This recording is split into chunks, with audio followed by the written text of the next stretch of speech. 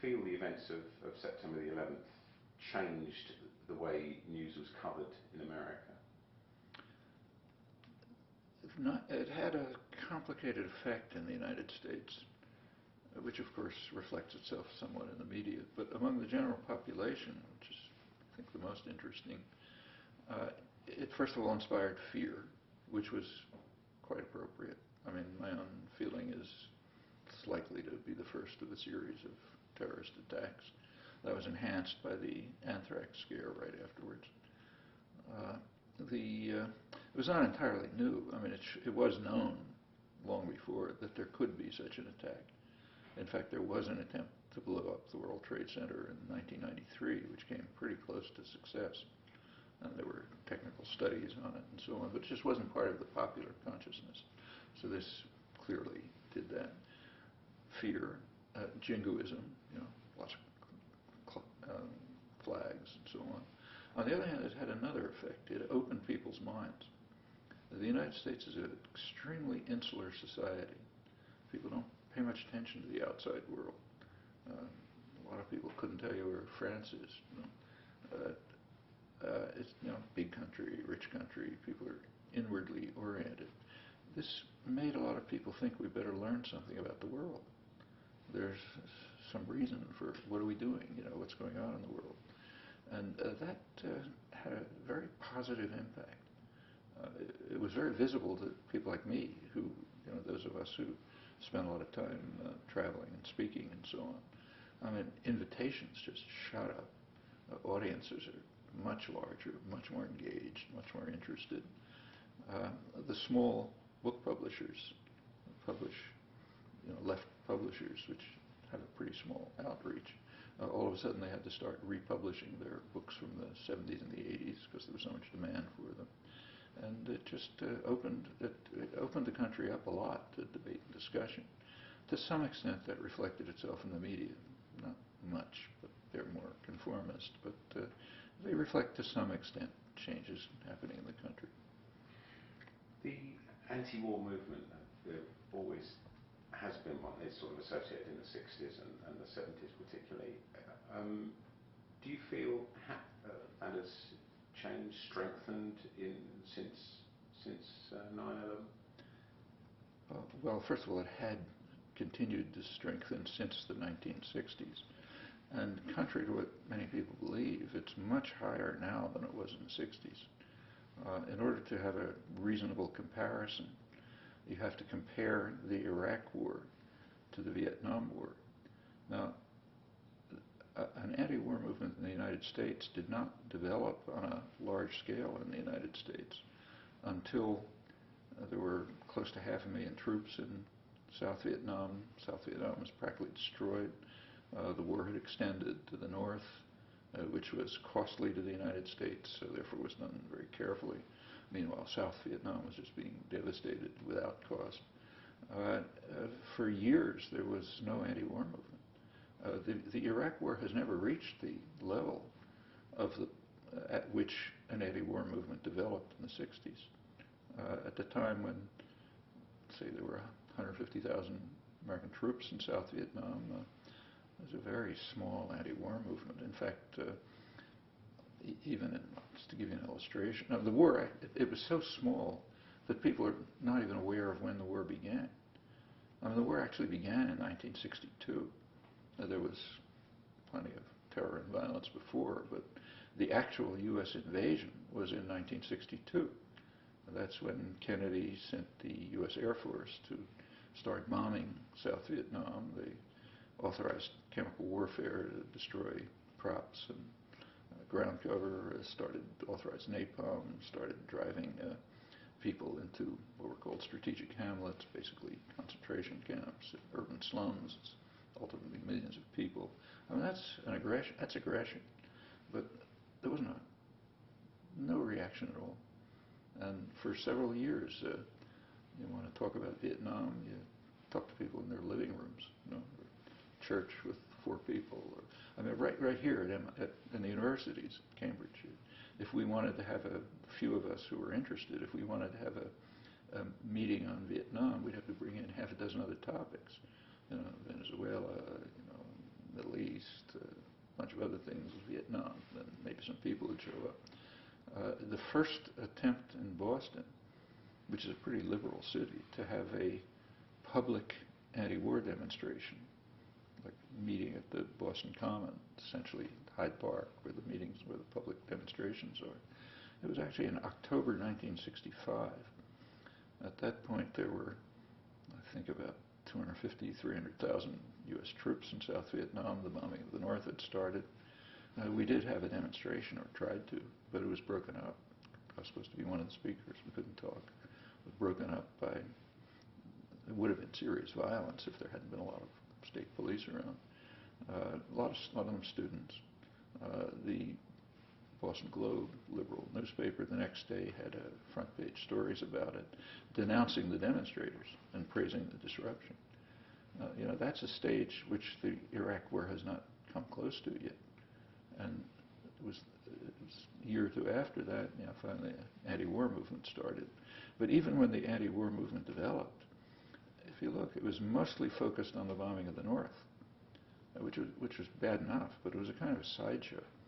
I mean, the main attack, like about triple the bombing, was against South Vietnam.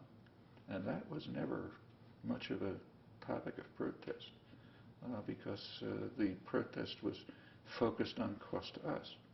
In elite circles, there was almost no protest against the war at any time. Actually, an interesting comparison is somebody like, say, Arthur Schlesinger, died recently, a leading American liberal historian. In the early 1960s, he was an advisor to Kennedy. He supported the war. In fact, if you look at his book, 1,000 Days, Kennedy administration was virtually nothing about Vietnam. It's just routine. By the mid-late 60s, maybe 1966, he was becoming disillusioned with the war. His position, I can quote it, was that we all pray that the Hawks will be right in thinking that more troops will bring victory. And if they are, we'll be praising the wisdom and statesmanship of the American government in turning Vietnam into a land of wreck and ruins, are his words, but we'll have won. That's very much like elite criticism of the Iraq War today, almost the same words. When the invasion of Iraq took place, he was maybe unique in taking a radically different position. The day of the bombing, he had an article in a major newspaper in the United States in which he condemned it as analogous to Pearl Harbor. Said it's a date which will live in infamy as the United States follows the policies of Imperial Japan. Well, that was unusual. Very few people took that position, but the transition in his stand in the 60s and in this war, I think, is illustrative of a much greater opposition to aggression in the general population. So I don't think opposition to the war is anything like what it ought to be. But if you compare it to the 60s, it's greater. Actually, the Iraq War is the first war, I think, in Western history, hundreds of years, where there's been massive protest against an invasion before it was officially launched. I can look at the role of the internet in that, but I'm just curious. You're here presumably in 1962. You are aware of what's going on in Vietnam, maybe not as focally as you would be today with access to the kind of media response. What was your day-to-day life like being aware of that? Were you angry about it? Were you aware of the volume of the acts and what was going on? I was pretty well aware of it, even without an internet, and was spending an awful lot of time on it. But it literally was what I described. Talk in some neighbor's living room, talk in a church to a couple of people, tents. By 1965, you were able to have teach-ins to a fair number of people. But by 1965, I was organizing resistance, with a few friends, organizing national tax resistance. A few years later, involved in organizing draft resistance, in and out of jail, constant demonstrations. It was taking up a big piece of life, very involved. Yeah, I didn't realize in detail what was happening, but you could find out. I mean, it wasn't impossible to find out. In fact, you could even find out from the most respected sources. So Bernard Fall, for example, who was military historian, Vietnam specialist, the civilian who was most respected by the Pentagon, for example, in McNamara's memoirs, is the one person mentioned. He was telling the truth about it. Nobody's paying much attention, but he was describing accurately what was happening with real bitterness and anger. He was kind of a hawk. Like, he thought that Saigon government should really control all of Vietnam, but he cared about the country, and he saw that it was being wiped out.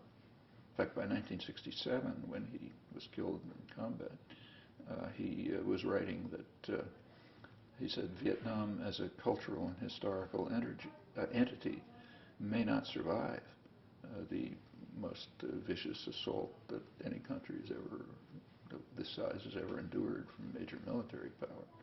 That was 67, when there was very little elite protest against the war. In fact, there never really was. The standard view was pretty much what I quoted from Schlesinger, and what the view is today among elites. We have to win, but if it costs us too much, maybe we should withdraw. We're 45 years on now. There is a perception in the UK about the reporting of the war in the US that the Americans are slow to move towards anti-war perception because of the way the war is reported. And that may seem naive to you, but would you say that's fairly standard, that's what it is? Well, there are few reporters in England who are unusual. Robert Fisk, Patrick Coburn, a couple others, they really report the war. There's nobody comparable to that here. On the other hand, reporting is courageous, honorable, and I think generally accurate. But we have to remember that the Iraq War is maybe unique in history in that it can't be covered directly. The catastrophe that the United States and Britain have created is so extraordinary that reporters simply can't cover it. It's not, I mean, there are a few who do, like, say, Patrick Coburn, but not many. It's just too dangerous. I mean, the reporters are pretty much confined to either the Green Zone, which is like a fortified fortress in the middle of Baghdad, a couple of places where they're under protection or embedded with troops, and it's not lack of courage. It's just you just can't do it. It's too dangerous. I mean, that was not true in Vietnam. It's not true in the Russian invasion of Afghanistan. In fact, I can't think of a case where it was true. So the limitation, and they rely very much on Iraqi stringers, for whom it's extremely dangerous, and they're just abandoned, murdered. Nobody protects them. There's nothing for them. So of course there are limits in that respect. Would it be cynical to say that suits the aggressors? Sure.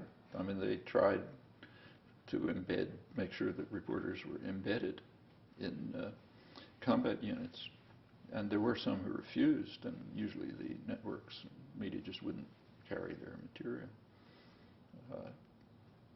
But sometimes the war is, in my view, the worst part of the coverage is where it's accurate. So, for example, was it November 2004, I guess, the attack on Fallujah, which was a major war crime, was accurately reported, but reported as if it was just fine. So the first day of the invasion of Fallujah, the U.S. forces, if you look at the front page of the New York Times, you see it in my mind's eye. There was a picture of the hospital in Fallujah with the patients lying on the floor, their hands tied behind their backs, doctors lying on the floor, and an American soldier guarding them. And there was a story accompanying it. The first act of the American forces when they went into Fallujah was to take over the general hospital and toss the patients out of bed on the floor, manacle them, and so on. And they had a reason. They said it's a propaganda center. It's reporting, it's inflating war casualties. This is a grave breach of the Geneva Conventions. I mean, even under American law, President Bush should be executed for that. The War Crimes Act of 1996 makes it a crime for which you can be sentenced to death for grave breaches of the Geneva Conventions. What's that? Geneva Conventions are quite explicit on protecting hospitals and medical facilities. Well, it's sitting right in the front page of the New York Times, a story praising it. And it went on like that. I mean, they were talking about how the soldiers were disappointed because they couldn't find the ants in their ant hills, or whatever the phrase was, the rodents in their warrens or something. There's a dead girl lying on the ground, but they weren't sure whether she was an insurgent or not. It was just grotesque. It was accurate reporting and completely grotesque. That's the worst part. So it's like the writing itself, the actual coverage, the media, it seems to have the moral responsibility cauterized from its... So that's not just... So I think it's a little unfair to criticize the media. That is the intellectual climate in Britain as well, in Europe as well. I mean, just take a current example. When George Bush announced the surge, the increase in troops, first of all, it was in direct violation of the will of the American people, and of course, the overwhelming opposition of Iraqis, but they're irrelevant. But it was predictable that the surge would be accompanied by propaganda about Iranian intervention in Iraq, sort of to justify, we have to defend ourselves. And that happened. So immediately you started getting reports about, roadside bombs, IEDs with serial markings from Iran and so on. And then comes a debate. The debate is over whether the serial markings are really from Iran. I mean, is intelligence really telling the truth? Does it go to is it just the Revolutionary Guards, or is it the higher echelons? So that's the debate in England, too. I mean, you don't know whether to laugh or cry. How can Iran be intervening in Iraq? It's like asking whether the Allies were intervening in sovereign France in 1943. You can only have this discussion on the assumption that the United States owns the world. So if we invade and occupy another country, and somebody, say, is involved in resistance to the occupation, they're the aggressors. Now that's the way a sophisticated propaganda system works. I mean, in a totalitarian state, you declare the party line officially, and everyone has to obey it, or else. In a free country, you don't do that. What you do is presuppose the party line. You never articulate it. You just presuppose it. Then you encourage vigorous debate as long as it stays within the bounds of the party line. Here's a prototypical example. The party line is, we own the world. Therefore, if anybody interferes with what we're doing, they're the criminals. Nobody says that. It's just presupposed. That's the assumption on which discussion proceeds. Then you have a vigorous debate. Are the Iranians really doing it? Aren't they doing it? And so on. It's not just the media. You can't blame the media for that. That's the intellectual atmosphere. It's the intellectual culture.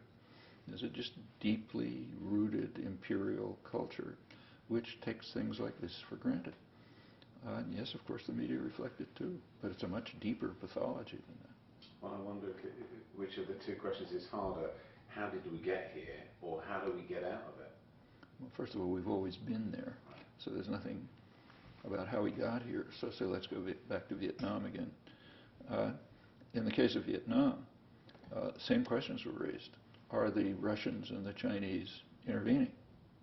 So like if the Russians were providing anti-aircraft batteries to protect North Vietnam, not South Vietnam, that's free game, do whatever you like, to protect, say, Hanoi from U.S. bombing, they're intervening.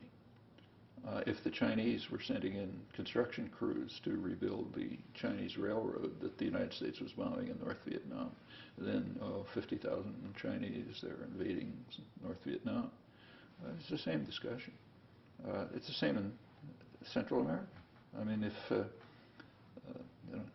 if say, take the U.S. terrorist war against Nicaragua in the 1980s, the question is whether the Russians are carrying out aggression in this hemisphere. The U.S., as usual, tried to get Nicaragua to rely on Russian arms, just as they did with Guatemala and Cuba. What you do is threaten a country with attack or actually attack it, cut off arms supplies from your allies. You tell them you're not allowed to send arms, and then you hope maybe they'll turn to the Russians, so then you have a justification for the attack. They tried that with Nicaragua. Nicaragua was smart enough not to accept arms from, say, MiGs and so on. So there were MiG scares constantly raised. Like the U.S. desperately wanted to prevent the 1984 election, and it was kind of wiped out of history because they knew the wrong people were going to win. Free election, carefully monitored, but wrong outcome, so it didn't happen. One of the ways of eliminating the election, and of course the media went along, was to run a MiG scare at the time, as it was called. Say, well, you know, the U.S. intelligence found crates in the harbor which contained MiGs and so on. Then comes a debate, as usual, vigorous debate. The Hawks say, we got to bomb them. The Russians are attacking us. The Dove said, it could not, maybe it's not true, maybe it's the intelligence isn't good enough, but if they are sending MiGs, yeah, then we have to bomb them. That was the Doves. Well, why would they be getting MiGs? Well, because the U.S. was controlling Nicaraguan airspace and was using that to be, so that the CIA could send instructions to terrorist forces to avoid the Nicaraguan army and attack what were called soft targets, undefended civilian targets. All right, that's legitimate. And if Nicaragua tries to protect its airspace, that's criminal. And if the Russians are involved, it's aggression. And the Doves say, well, if that's what's really happening, yeah, we have to bomb Nicaragua. And you want to go back further? We can go back to the Declaration of Independence. Declaration of Independence, one of the charges against King George is that he caused the merciless Indian savages to attack us with their known ways of warfare, you know, sort of barbarism and so on and so forth. You know, like all propaganda, there's an element of truth, but Thomas Jefferson knew perfectly well it was the merciless European English colonists who were, with their known way of warfare, were carrying out barbaric acts. But we had to protect ourselves from the merciless Indian savages and King George. And so on through history, and the British history is the same, and so is everyone else's. So I don't think there's any question how we got into it. As to how you get out of it, actually we have to some extent gotten out of it as the population becomes more civilized, as it sort of does over time. That's why there's more opposition to the war now than in the 60s. The media and the intellectual culture shift to some extent, rarely as far as the population. In fact, Vietnam is a striking case of that. In 1969, when the business world had turned against the war, and the intellectual world was turning against the war, and the population was, there was a difference. In the intellectual world and the media, about the most critical voice you could find was someone like, say, Anthony Lewis in the New York Times, who said the war began with benign intentions, benevolent efforts to do good and so on, but by 1969 it had become a disaster, too costly for us. That was criticism at the left of the intellectual spectrum. Same year, 1969, 70% of the American population said the war was fundamentally wrong and immoral, not a mistake. And those figures stayed pretty steady right into the new millennium. You barely find a sentence like that in journals or media or academic scholarship and so on. Now, exactly what people meant by that is not absolutely certain, because the people who take the polls never ask the next question. What do you mean by that? They don't want to hear the answer. But it's possible that it meant just what it sounds like. And I think that's not unusual. What was the impact in America, as you saw it, of the Vietnamese monks self-immolating themselves in the 60s? It was visually seen by people in the United States. It did bring to people a sense of the intensity of the struggle. It never overcame the basic propaganda image. I mean, the basic propaganda image is the United States is defending the South Vietnamese against communist terrorists run by the North, ultimately by the Russians or the Chinese or someone. That was the propaganda image that was instilled. At the most, you could maybe say it's a civil war in South Vietnam. Nobody practically, except extreme could say what the truth was. It was the U.S. invasion of South Vietnam, an invasion against, which was, we now know from internal documents and province advisory reports and so on, that the government knew perfectly well that they were fighting indigenous forces with overwhelming popular support. Actually, that became dramatically obvious, and there was a huge effort to conceal it at the time of the Tet Offensive. I don't think there's been anything like that in history. The Tet Offensive, the country had over 500,000 U.S. troops. I think maybe at the time 50,000 or more mercenaries, maybe 100,000 mercenaries from other countries. Client army, huge army. The country was totally saturated with informers, with troops, and so on. And then, unexpectedly, the whole country arose in rebellion. Everywhere. You know, certainly everyone knew about it. They kept it secret. The U.S. completely taken aback. You know, the massive firepower was brought in to try to suppress it.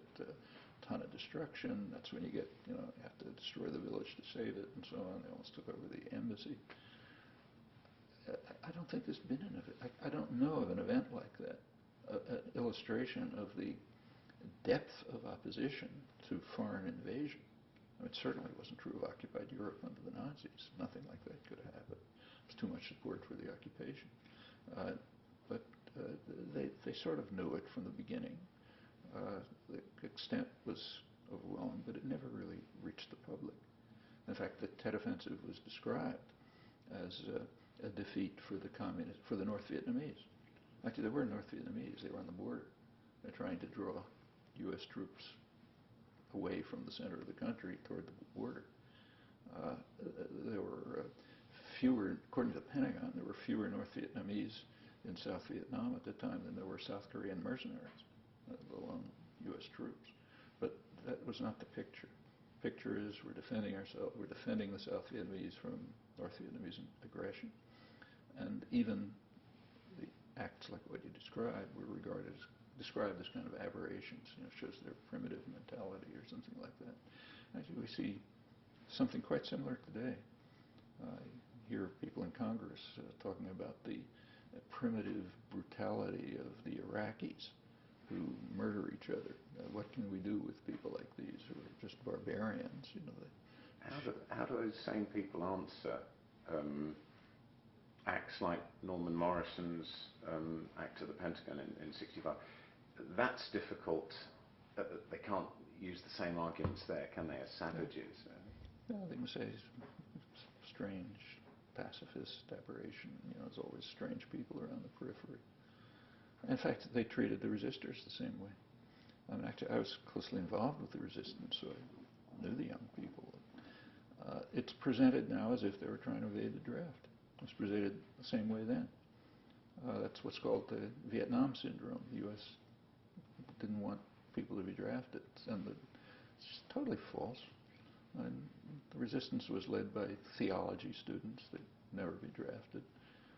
Most privileged young men, if they wanted to get out of the draft, wasn't very hard. You know, you're a Harvard student, you go to the clinic psychologist and get him to say you're a homosexual or anything. There were all kind of ways of getting out if you wanted to. But these were young kids who purposely put themselves on the line, in danger. You're an 18-year-old kid. It's not fun to face the idea of 5 years in prison or permanent exile. That's serious. And they were courageous and honorable. Well, that can't be accepted. That's unacceptable. They had to be cowards trying to evade the draft. Well, there were people who just tried to evade the draft, like George Bush and others. But the resistance was not that way. These were courageous young people who incidentally had a big effect on their own families and parents sometimes, interesting ways. But that's not the way it was presented. Cowards, draft dodgers, trying to save themselves, privileged kids trying to make sure that the poor are on the front lines and so on. And the same with Norman Morrison. Or else they're anti-American, And it's like it's not just the war, it's anything else. I mean, the 60s were the beginnings, the bare beginnings of the feminist movement. which has probably changed the society and civilized it more than any other of the past 40 years. It had enormous effects everywhere. They were bra burners, crazed women, men haters. And yeah, that's the way privileged, powerful groups respond to any challenge to their authority. I think against that backdrop, the guy we're talking about, who we're doing the program about, Malachi Richter, on the 3rd of November, he wrapped himself in an American flag and self-immolated himself on the expressway at Chicago on that particular morning. And it was an act of self-immolation, as he said on his own website, in protest at the Iraqi invasion, the continued occupation. Do you support that act in any way? I support his courage. Incidentally, if you did a poll in the United States, maybe 1 in a million people ever heard of it. You might try it, or even look it up on the internet and see what the coverage is. Almost nobody knows about it. And to the extent that it's known at all, it's the act of some crazy person. Do I support it? I don't like to see people kill themselves. I think they're more for all kind of reasons, moral reasons, and even tactical reasons. I think there are better means of protest. I mean, this was a man who had got to that point where he felt this was the only statement he could make. It's understandable. I also understood in the late 1960s why MIT students, say, other teenage kids who I knew, were joining the Weathermen. And I thought they were making a bad mistake, but you could certainly understand them.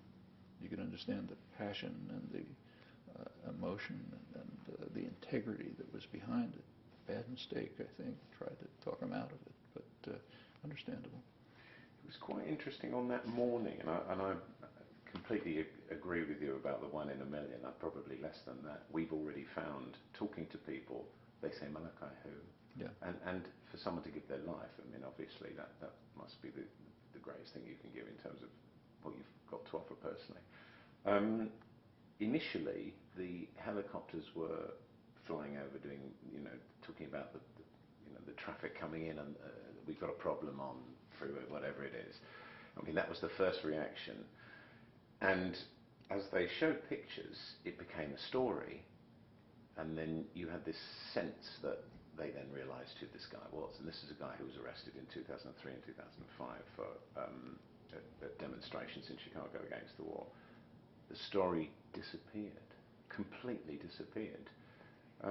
Does that surprise you, first of all? If you check the Norman Morrison story, you'll find about the same. I mean, it is completely standard, and I do not particularly criticize the media specifically. They're reflecting the intellectual culture. In fact, in the 60s, it was much worse. Let me tell you a story that's worse, one of the worst I've ever seen.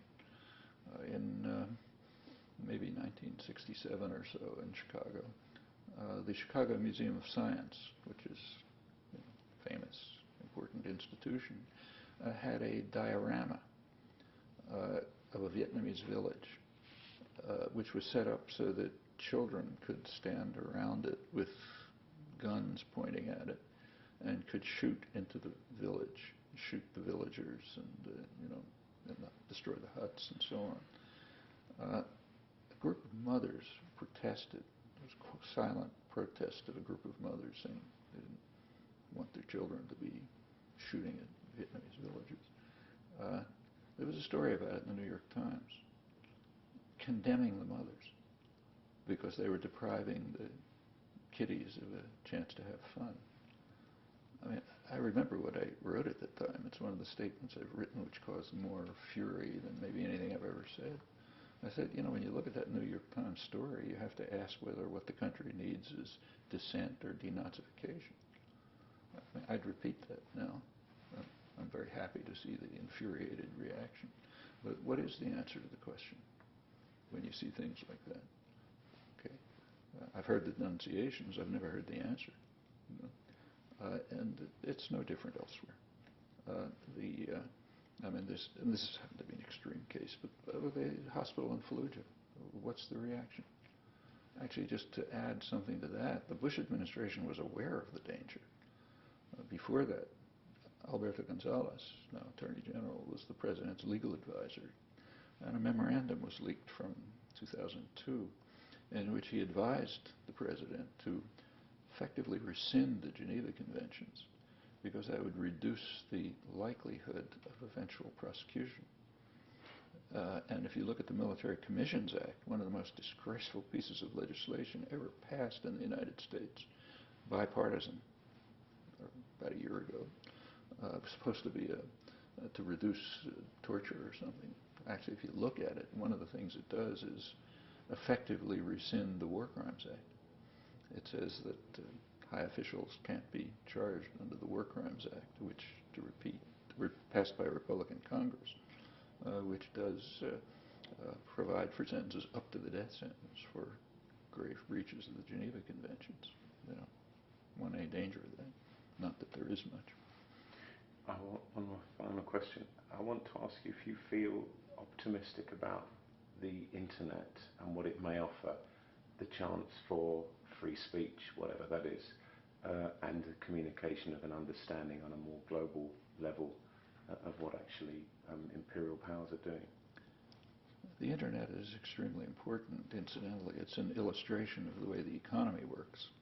Like most of the economy, the internet grew out of the state sector. These are not market societies. The state sector in the United States is the core of the dynamism of the economy. The entrepreneurial initiative comes largely from the state sector, research and development, and so on. Internet is an example. It's actually developed right here, which is Pentagon University. You know, it was in the state sector for about 30 years before it was handed over to private power. But like computers and other things. But it's been liberating in many ways. It's complex. There are many conflicting aspects to it. Difficult to police. You can't categorize it easily. For people who are interested in learning about the world, it provides opportunities that never existed before. So you can read, say, Patrick Coburn, Robert Fisk on Iraq. You can't do that here. And there's you can pick up Al Jazeera on the internet. You can find sources from all over, critical material and so on. It's a great technique for organizing. In fact, almost all activism now is internet organized. The guy who committed suicide, he has his own site explaining why he did it. That's right. And just, the major social movements now are, let's say, the World Social Forum, global justice movements and so on. Almost anything comes through the internet. All of that is very positive. On the other hand, it's also, it has negative aspects. It draws people towards delusion, immersion in fantasy, all sorts of things, and there are extensive efforts to support that. It also has the unfortunate effect of fortifying cult-like behavior. So, for example, suppose I had a website, which I don't, and I put up on it, say, I read that, in some source that I give, that George Bush poisoned the water in Omaha.